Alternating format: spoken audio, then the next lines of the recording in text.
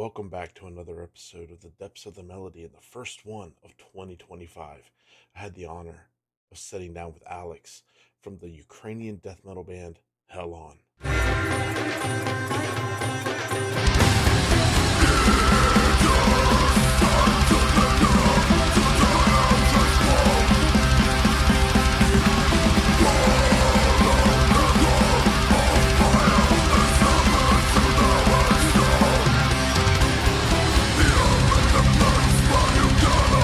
Not only did we talk about the amazing success of their latest album, Shaman, but also the situation in Ukraine.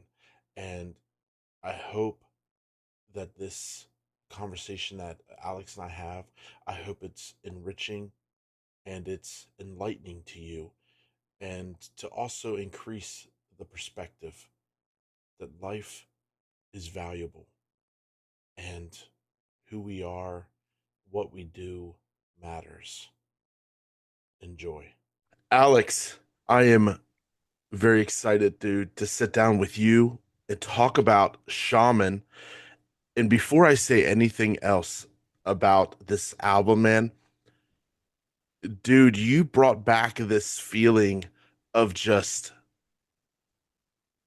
epic, chuggy riffs. Like, I listen to a lot of death metal, but Okay. this album really just it was very nostalgic feeling. The way the way that you crafted the songs and the guitar riffs. Oh man, dude, killer killer album, man. Like this album was perfect, like all the way through. And so Great. being able to sit down, to be able to talk to you about Hell On, and uh and just how you got here in life with this band.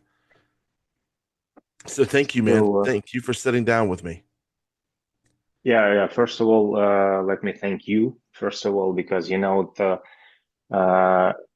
are really appreciate it, and for us, it's a huge support because the situation now here in Ukraine. Yeah, not so um, happy. Yeah, let's call it this way. And we are trying to make something to live in such pretty tough circumstances, and we are really enjoy when we're really happy that somebody still listen to our music and supporting us around the whole the world, and yeah, it's means a lot.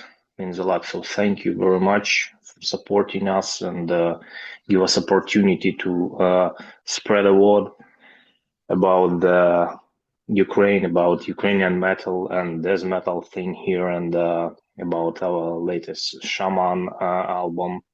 So uh, I really mm, happy about all the things that you mentioned, yeah, and I'm really impressed by your react video, yeah, you made, and uh, you know. For us, it's a very personal story. I mean, Shaman and production. So it took a couple of years to produce it, to make it in a proper way, because the war mm, changed our original plan and the original schedule. So yeah, it's very personal story. So all the riffs and all the texts and the whole idea, whole concept of the album. Um, it's from very inside, and it was, how to say, lived by me, and yeah, for me, it's a very personal story. So yeah, You can you can feel that because right. I got the video and I remember first of all, you're the vision, the director of the video. the whole that whole video was amazing. It was a very thought-provoking, very it made me really just kind of soak up what's happening. I was like, wow, this video is not the typical death metal video. It had it felt very intentional and it was brutal. It was so good. It was I loved I loved all the Yeah. little things. I just loved so many things about that video. And then I went and listened to the whole album and Jesus Christ, man.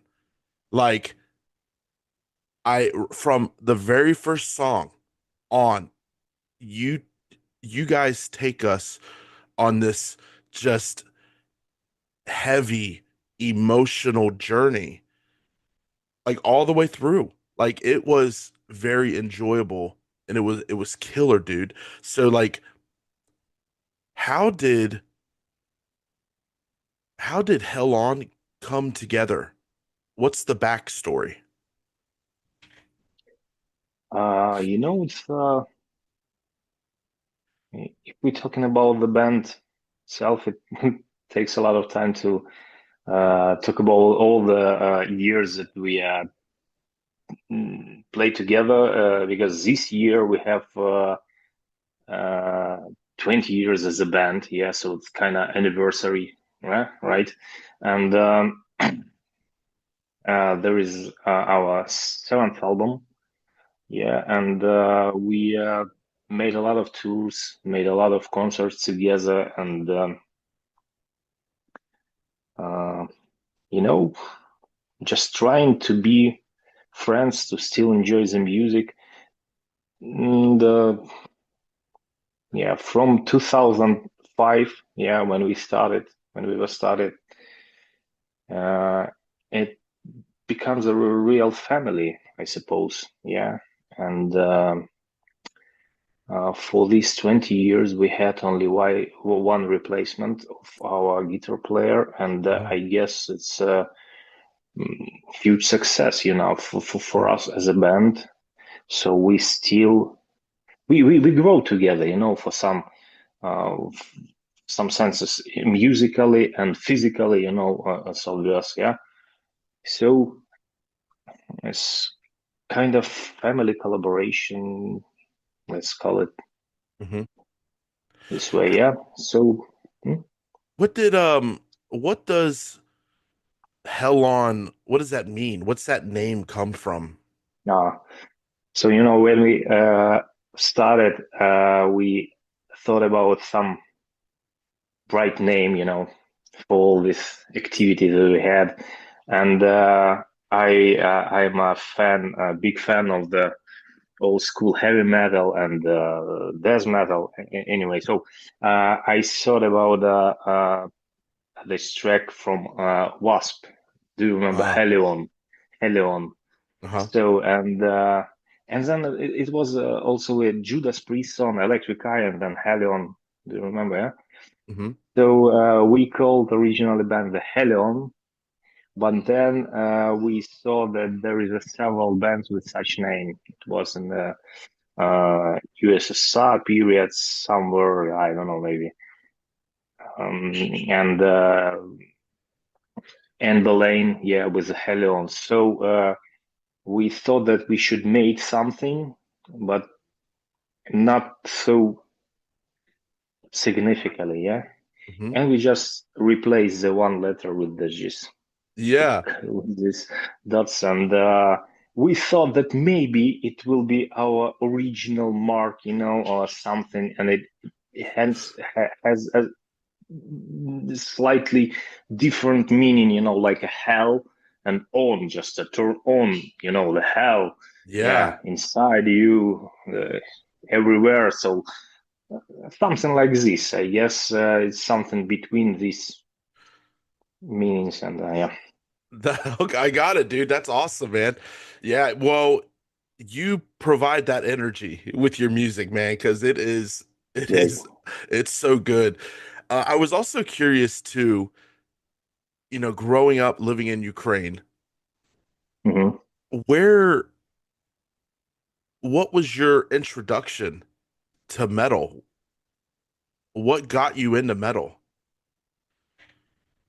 Uh, I guess it comes from parents, from my dad and older brother, and you know, mm, yeah, starting from the vinyl records.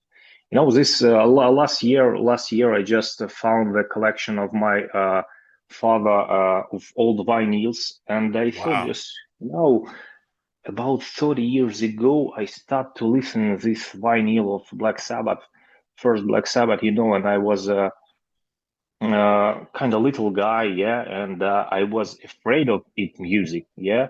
I Hmm. just, but it was very funny, so I Yeah. afraid of it, but I enjoy it in the same way. So Yeah. I just turned off the light, yeah, put this record on, I mean Black Sabbath, the first album, and just sitting nearby the vinyl recorder and just listen to it. Yeah, and it was very fun, and it's impressed me so much that it was start all the way. Yeah, I'm listening to different types of music. So, for example, in the car, I prefer to listen jazz. Uh, but metal is just huge a part of my life, and yeah, from the dad, from the older brothers, and something Yeah. like this. Yeah, It's really cool that you mentioned that when you first heard Black Sabbath, you kind of felt scared because yeah, I remember when I first got into metal and I was listening to this one song and they were talking about Satan. And I grew up over here in a very Christian home. And I remember like hearing the words about Satan, but I love the music. So I'm like listening to it. And I'm like, oh, this doesn't feel right, but it sounds so good.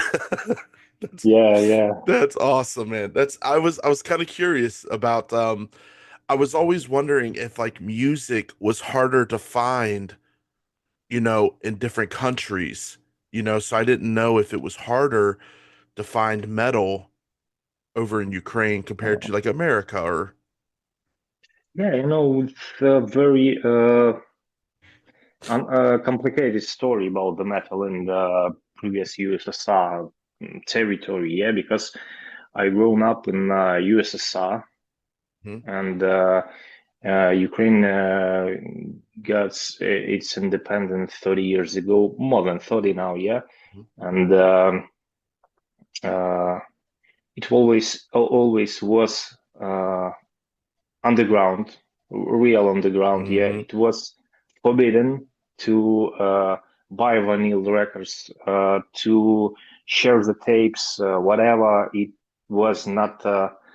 It was not okay. It was forbidden. Yeah, and prohibited even by the government in some way. It was not popular, and mainstream media never shared any information about it. So we we hide our tapes, and we try to re-record it something from the radio that we heard, and so yeah. But this situation, I guess, makes us even stronger in our will to receive some passion from this music, and it's made you made me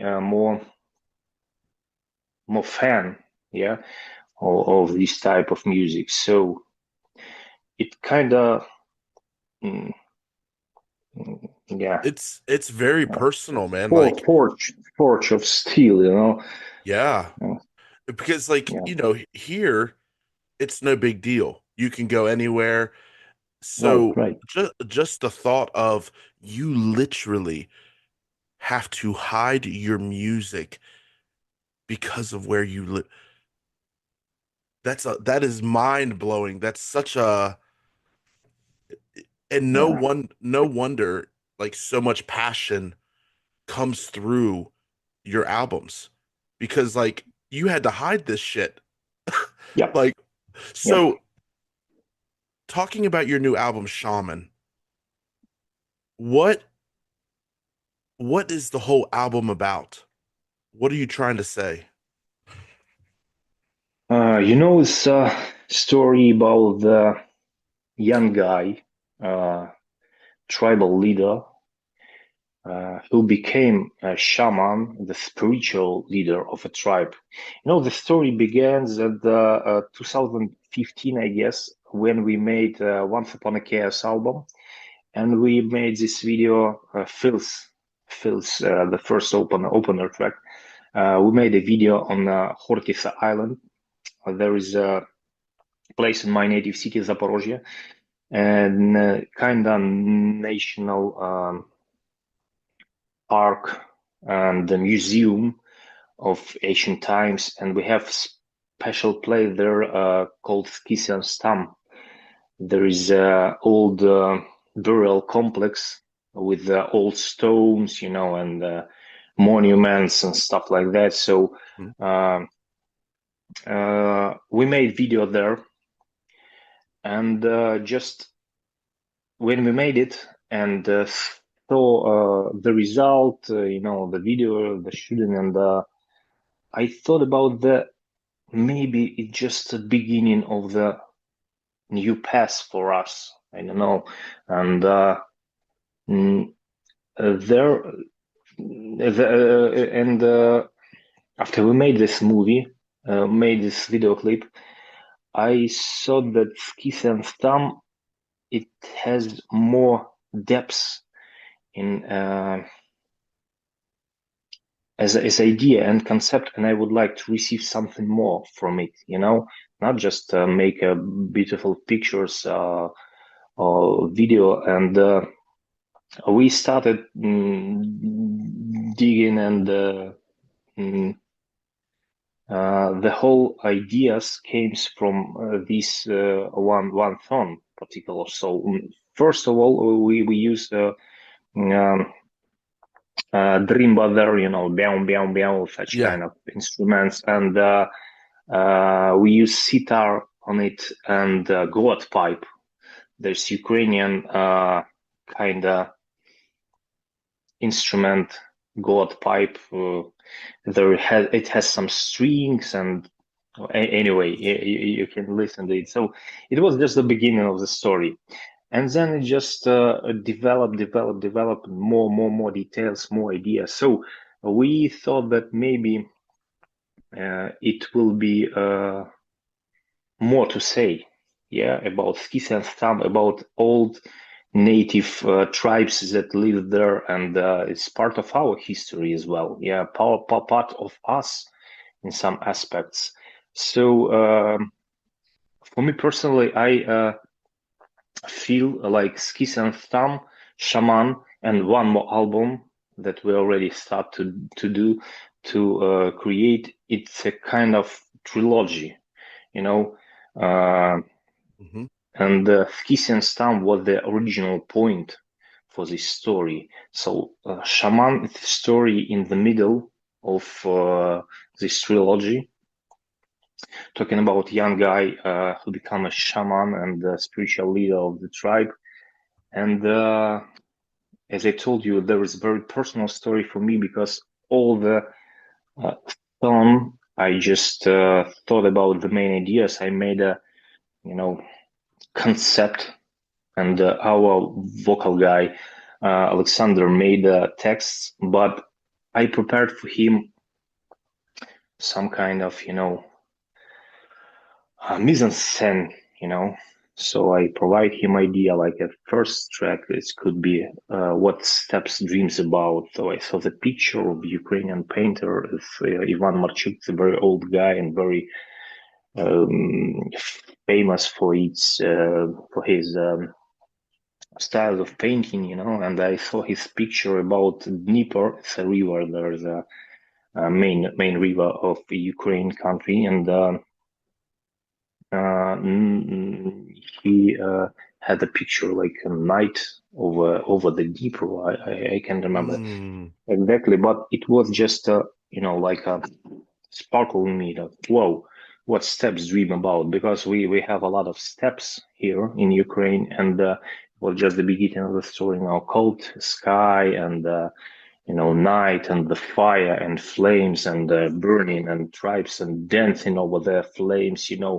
I just got this vibe, and it was just the beginning, and then it grows to the whole concept of the guy which became a shaman, with its initiation, its mm, invocation, and in the middle of the story, like a he with a horse's head, there is a connection with his anima. He becomes a guy with the head of the horse. It's like a Mm, connection uh, to the tribal god some way. Because horse is a very dynamic and powerful thing for the steppes.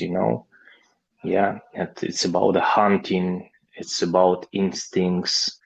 And once I had a book of Jung, Carl Gustav Jung, yeah. hmm It calls Wotan, and it has some mention of the Friedrich Nietzsche as well. So kind of Zarathustra, his, maybe, yeah, this.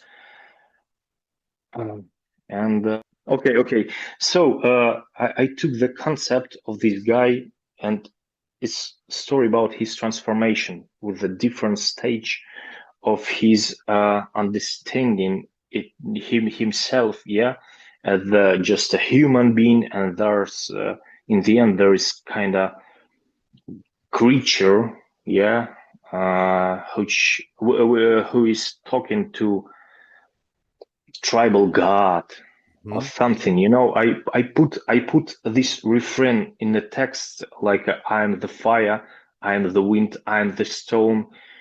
Types it, yeah, in a track. So it started from third track, and it repeated in preparation to ritual. Then it repeated in a he with the horse's head, and then in a shaman. And when it's the beginning, this guy asking, "Am I the wind? Am I the fire? Am I the stone?"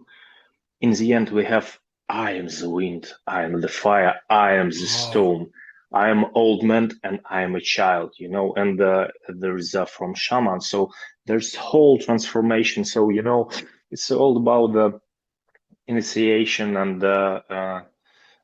he put himself, in a grave, and just to rebirth like a new creature or something like this. So it's all about, not about, very natural physical things. It's about the spiritual hmm experience, something like this, yeah.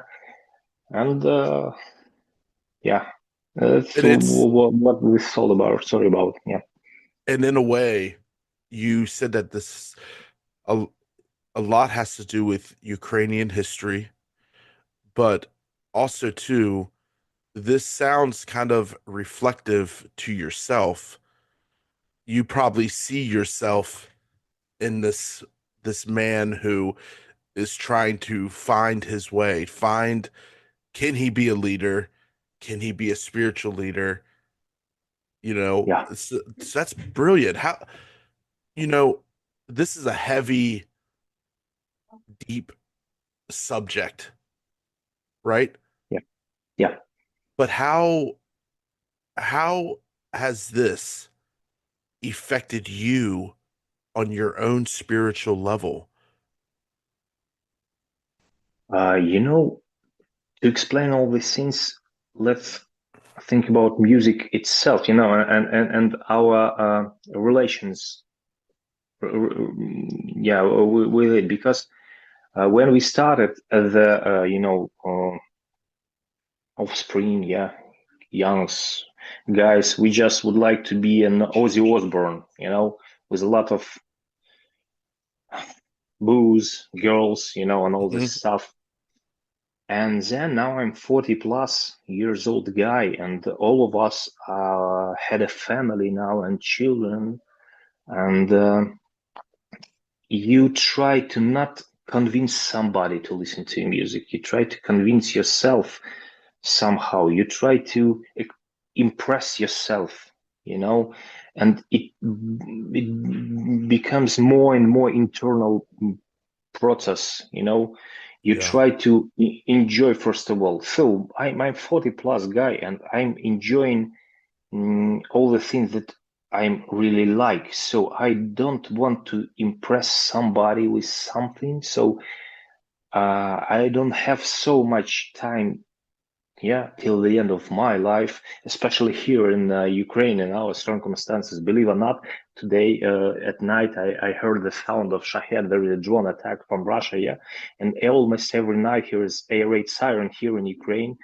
And today's night I was sleeping in my room with one of my daughters, and I just heard the sound of the Shahed that's nearby my apartment, yeah, apartment, our building.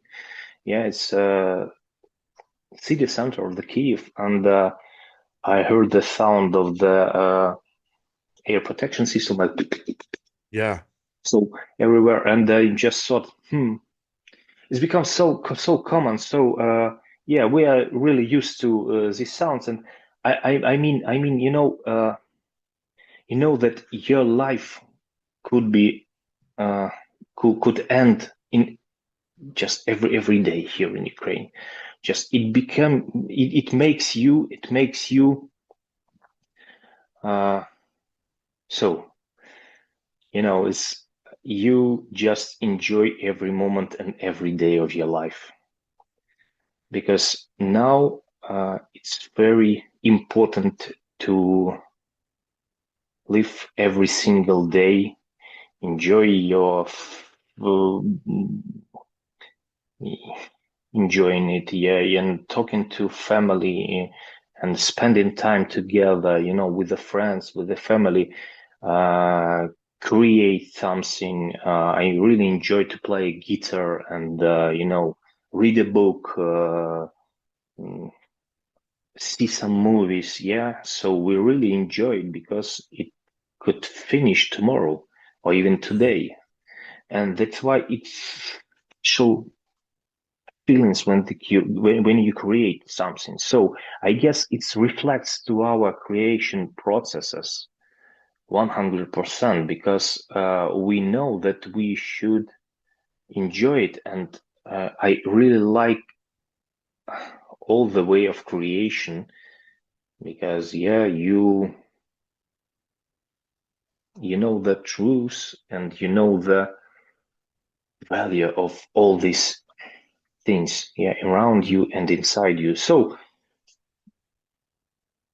when we do something, we really enjoy it, and we really have fun of it, enjoy it so much. You know what I'm talking about, yeah, Yes, because yeah. I'm already missed the certain point, yeah. No, just No, man, you make a really you in this conversation has really offered even deeper perspective to maybe people who might not understand, you know. it's cool. And this video and this conversation is about you and about your legacy, your band's legacy. And it's important for us to hear this. It's important for you to talk about it because It's cool. you're educating me. You're showing, and you're a very deep dude. Like you're a deep Whoa, person, and that's whoa, cool, man. And that's cool. I actually visited Ukraine a couple years ago. I was in whoa. Kiev. Yeah, I was in Kiev In about, Kyiv. yeah, probably 15 years ago I came over, and Cool.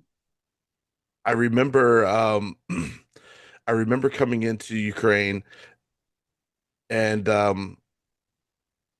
I just remember walking around, and I was there for 10 days, and we were doing it was with my work, but we came over to help kids with English. Cool.